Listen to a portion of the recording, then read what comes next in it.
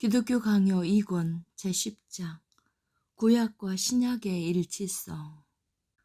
첫 번째, 신구약의 일치성과 차이성을 함께 고찰.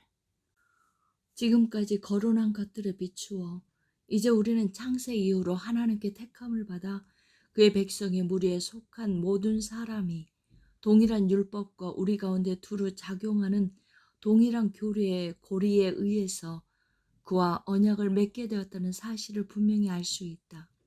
우리는 주의를 집중해서 이에 대한 입장을 흔들림 없이 견지해야 한다. 이로부터 알 수 있듯이 구약의 족장들은 우리와 함께 이러한 연합체를 이루어 같은 기업을 잇는 상속자들이 되었으며 동일한 중보자의 은혜로 같은 구원을 함께 소망하였음에도 불구하고 그들의 처지는 우리와 너무나 달랐다.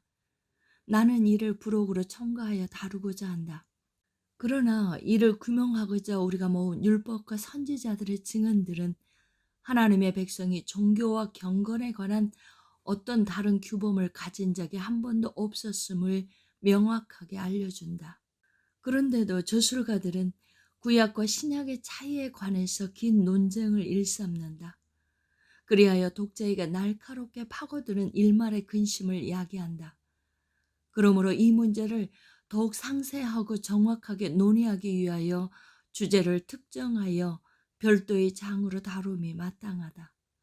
귀괴한 악한인 세르베투스와 광란에 빠진 어떤 제세르파들의 분파는 이스라엘 사람들을 단지 돼지떼에 불과하다고 여기고 여호와가 그들에게 이 땅에서는 비육해지는 먹이를 주셨지만 하늘 영생의 소망은 그 어떤 것도 주시지 않았다고 주장하니 그렇지 않았더라도 더없이 우리에게 유익했을 이 일이 이제는 하지 않으면 안 될 일이 되었다. 그러므로 우리는 이 전염병 강한 오류로부터 사람들의 마음을 멀어지게 하고 구약과 신약의 차이점에 관해 언급할 때에 그 즉시 일어나곤 하는 모든 어려움을 그들로부터 제거하도록 하자. 그리고 여호와가 그리스도 강림 전 옛날에 이스라엘 사람들과 맺으신 언약과 이제 그리스도가 나타나신 후에 우리와 체결하신 언약이 지닌 서로 간의 일치점과 차이점을 잠깐 살펴보도록 하자. 두 번째, 구약과 신약은 실체에 있어서는 하나이며 동일하나 경륜에 있어서는 다양함. 실로 한마디 말로 이 두 가지 모두가 설명된다. 모든 족장과 맺은 언약은 실체 그리고 그 자체에 있어서 우리와 맺은 언약과 아무것도 다르지 않고 전적으로 하나이며 동일하다. 그렇지만 경륜에 있어서는 다르다. 그런데 이렇게 너무 간단하게 다룬다면 아무도 이에 대한 확실한 이해에 이를 수 없으므로 논의를 더 진행하려면 더욱 상세한 설명이 필요하다. 그런데 구약과 신약의 일치성, 나아가 하나임을 보여주려고 이미 고찰했던 것들을 개별적으로 다룰 필요까지는 없다. 아직까지는 때가 일러 다루지 않았던 다른 곳에서 언급되어야 할 것들을 여기에서 함께 섞어서 다루는 것도 부적절하다. 여기서는 세 가지 항목들이 특히 주장되어야 한다. 첫째, 우리는 유대인들이 끝내 이루려고 열망한 목표가 육체적인 풍요함이나 행복에 있지 않았다는 사실을 견지하도록 하자. 오히려 그들은 선택된 자들로서 불멸에 대한 소망을 가지게 되었고 이 자녀 삼으심에 대한 믿음이 전해진 말씀들에 의해서 율법에 의해서 선지자들에 의해서 그들에게 확실하게 되었다. 둘째, 그들이 주님과 화목하게 된 언약은 자기들의 어떤 공로에 의해서가 아니라 오직 자기들을 부르시는 하나님의 자비에 의해서 지탱되었다. 셋째, 그들은 그리스도를 중보자로 여겼고 그렇게 알고 있다. 그들은 그리스도를 통하여 하나님과 결합되었으며 하나님의 약속에 동참하는 자들이 되었다. 추측건대 이 가운데 둘째 항목은 아직 충분한 숙지가 되지 않았으리라 여겨지므로 적절한 곳에서 자세한 설명이 필요할 것이다. 그곳에서 우리는 선지자들이 선포한 다수의 분명한 증언들을 가지고 여호와가 지금까지 자기의 백성에게 복 주시거나 약속하신 모든 것은 순전히 자기의 선하심과 관대하심에서 비롯되었음을 확정하게 될 것이다. 셋째 항목에 대해서 우리는 이미 관계된 여러 곳에서 명확한 예정을 제시하면서 다룬 바 있었다. 또한 첫째 항목도 다루지 않은 채 그냥 지나치지는 않았다. 세 번째, 복음에 대한 약속들이 율법에 인침받은 것처럼 구약도 미래에 불멸하는 삶을 지향함. 우리 대적들이 특별한 명분을 내세워 가장 첨예하게 우리와 논쟁을 일삼고자 하는 것이 첫 번째 항목이므로 여기서는 이를 더욱 자세히 주목하여 설명하고자 한다. 그러나 설명에 어떤 부족한 부분이라도 있게 되면 논의를 계속 전개하면서 그것을 보충하거나 적절한 곳에서 새로운 항목으로 그것을 첨가하여 다루거나 하는 방식으로 할 것이다. 사도는 이 복음은 하나님의 선지자들을 통하여 성경에 미리 약속하신 것이라 라고 전하면서 자기가 정해진 것을 선포한 것은 그의 아들에 관하여 였다고 함으로써 위의 세 가지에 대한 우리의 모든 의심을 확실히 제거한다. 마찬가지로 그가 전하는 말씀에 따르면 율법과 선지자들은 복음 자체를 통하여 가르쳐지는 믿음의 의에 대한 증인들이 된다.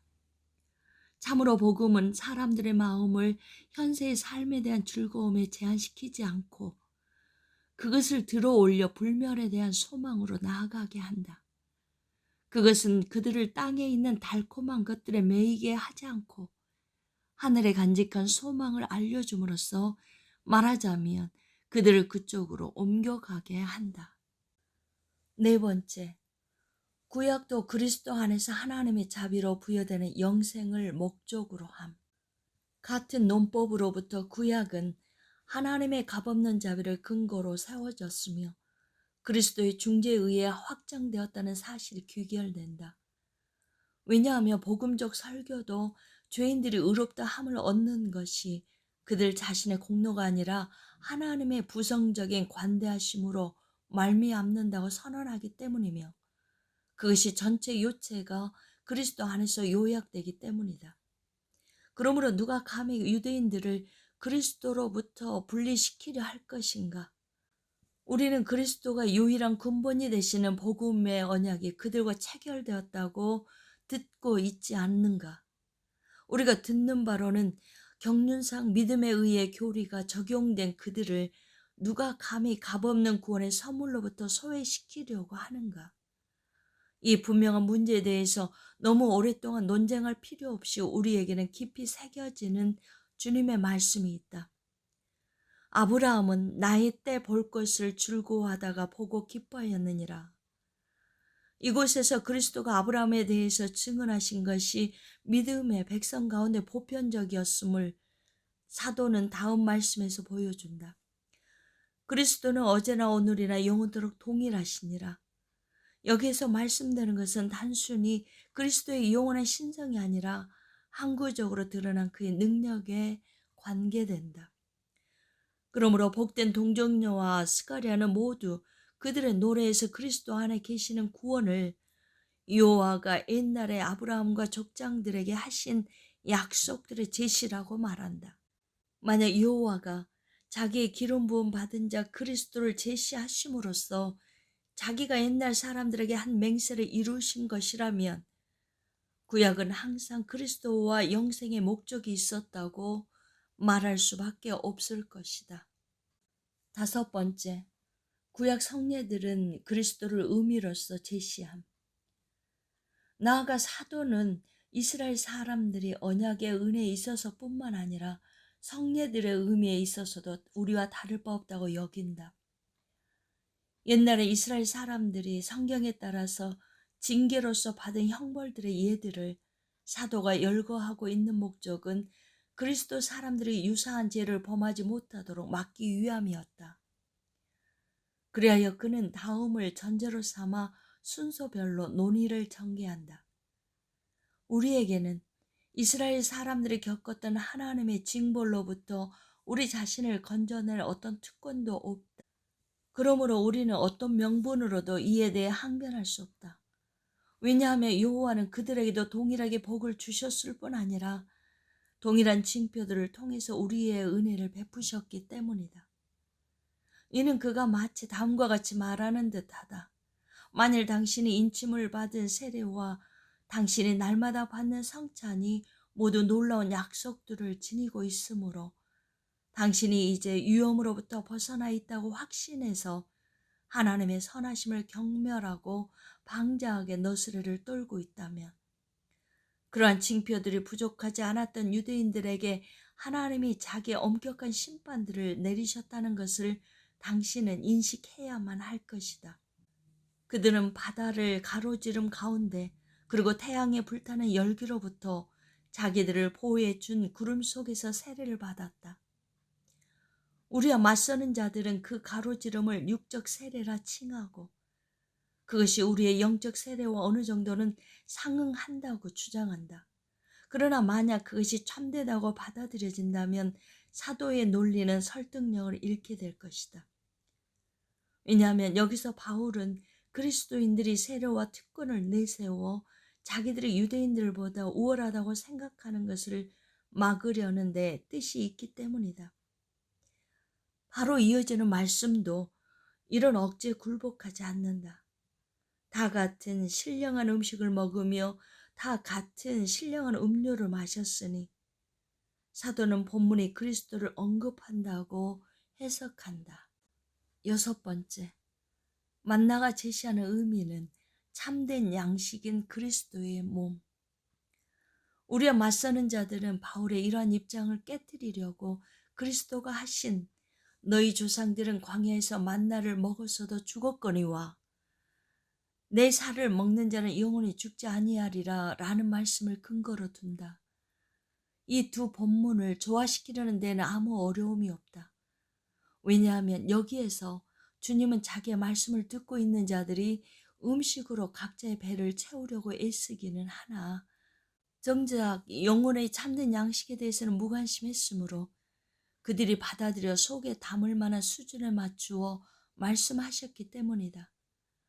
특별히 그들의 지각에 닿게 하시려고 만나와 자기의 몸을 비교하셨던 것이다. 그들이 그리스도께 무슨 기적을 행하시도록 요구한 것은 이를 통하여 그가 자기의 능력을 증명하시고 자기에게 고유한 권위를 얻기를 바랐기 때문이다. 마치 모세가 광야에서 하늘로부터 만나를 내리게 해서 취했던 기적을 행하듯이 하라는 것이었다. 그러나 그들에게는 만나가 백성을 고통스럽게 했던 육체적인 배고픔을 채워주는 처방 외에는 다른 무엇으로도 이해되지 않았다. 그들은 바울이 관심을 가졌던 저 한층 더 깊은 비밀 속으로 파고 들어가지는 않았다. 그러므로 그리스도는 그들이 자기들의 조상이 모세를 통하여 받게 된 것이라고 전했던 것보다 얼마나 더 큰 은총을 자기 자신에게 기대해야 하는지를 보여주시려고 그렇게 비교하여 말씀하셨던 것이다. 여호와가 자기 백성이 광야에서 굶어 죽지 않게 하시려고 모세를 통하여 하늘 양식을 내려주심으로 그들이 단기 동안 지탱되도록 하신 일을 위대하고 기억에 새길 만한 것으로 여길진데 불멸을 주는 양식은 그것보다 얼마나 더 위대한지를 생각하라. 이제 우리는 왜 주님이 만나의 주요한 것은 제외하시고 단지 그것의 가장 저급한 효용성만 지적하셨는지를 깨닫게 된다. 그것은 유대인들이 만나를 처방으로 삼아 백성의 필요를 채우므로 그들을 구출한 모세를 주님과 맞세우려는 함정을 만들고 있었기 때문이다. 이를 간파하시고 주님은 훨씬 더 우월한 은혜를 베푸시는 분으로서 그들이 유일하게 대단하다고 여겼던 백성의 육체적 양육이 하찮게 여겨져야 마땅하다고 대답하시는 것이다. 바울은 여호와가 하늘로부터 만나를 비와 같이 내려주신 것은 단순히 그들을 먹여 배를 채우려 하심이 아니라 일종의 영적인 비밀을 나눠주심으로 우리가 그리스도 안에서 누리는 영적인 소생을 미리 보여주려 하심이었음을 알고 있었다. 그리하여 그는 이 점을 무시하기는커녕 가장 가치 있는 것을 간주했던 것이다. 이로부터 우리는 여호와가 지금 우리에게 부여하시는 것과 동일한 영원한 하늘 생명에 대한 약속을 유대인들에게도 공유하게 하셨을 뿐만 아니라 그것을 참된 영적인 성례들로서 인치셨다고 확실하고도 분명하게 결론 지을 수 있다. 아우구스티누스는 자기의 작품 만이주의자 파우스트에 대한 반박에서 이 문제에 대하여 광범위하게 다루고 있다. 7번째, 구약 백성도 말씀을 통하여 영생의 복을 누림. 생각한데 독자들은 우리가 율법과 선지자들로부터 증언들을 취하여 그리스도와 사도들을 통해 우리에게 전해진 영적인 언약이 족장들에게도 공유되었다는 사실을 증명해 주기를 더 원할 것이다. 나는 더욱 기꺼이 그들의 바람에 부응하도록 할 것이다. 그리해서 우리에게 대적하는 자들을 더욱 확실하게 논박하여 이후로는 이 문제를 구실로 삼지 못하도록 할 것이다. 나는 다음과 같이 한 증거를 예시함으로 논의를 시작하고자 한다. 제세례주의자들은 모렴치 하고도 이를 헛되다고 볼 뿐만 아니라 거의 조롱거리로 여길 것이라고 나는 알고 있다. 그럼에도 가르침 받을 만하고 건전한 사람들에게는 이것보다 가치가 더한 것은 어디에도 없다. 마땅히 나는 하나님의 말씀 속에 모든 사람의 영혼을 살리는 생명의 작용이 있음을 인정한다. 물론 이는 하나님이 그 말씀에 참여하도록 허락하신 자들에게 국한되지만 말이다. 하나님의 말씀은 항상 있는 썩지 아니할 씨이다. 이러한 베드로의 말씀은 언제나 유효하다. 사도는 이 같은 사실을 이사야의 말씀으로부터 추론한다. 옛날에 하나님은 유대인들을 이 거룩한 고리로 그 자신 속에서 하나로 연결되게 하셨으므로 그들을 따로 구별해 영생의 소망을 갖게 하셨음에 대해서는 의심할 여지가 없다. 나는 그들이 말씀을 영접하여 하나님께 더욱 가까이 묶이게 되었다고 말하는데 이는 하늘과 땅과 세상의 모든 피조물 가운데 퍼져 있는 일반적인 교통의 이치를 제시하고자 함이 아니다. 왜냐하면 그러한 방식으로는 만물 각각을 본성의 수준에서 살려내기는 하지만 부패의 위급함으로부터는 건져낼 수 없기 때문이다.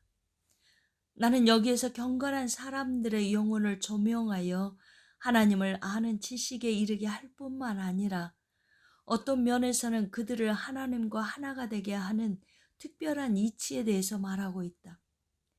아담, 아벨, 노아, 아브람 그리고 다른 족장들은 이러한 말씀의 조명으로 하나님께 붙들려 있었다. 그러므로 나는 일말의 의심도 없이 그들이 하나님의 영원한 나라에 들어갔다고 말한다. 왜냐하면 그들에게는 영생의 복이 없다면 존재할 수 없는 하나님의로의 견실한 동참이 있었기 때문이다.